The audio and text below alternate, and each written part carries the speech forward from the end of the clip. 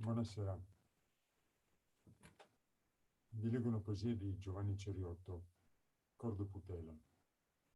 L'è un giocattolo, fiori, che il costa caro, perché tante maniere di giocare.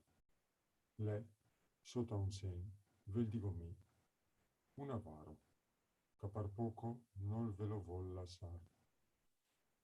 Un bonbonsin, che par bontà l'è raro, un pan de oro, che il se fa pagar.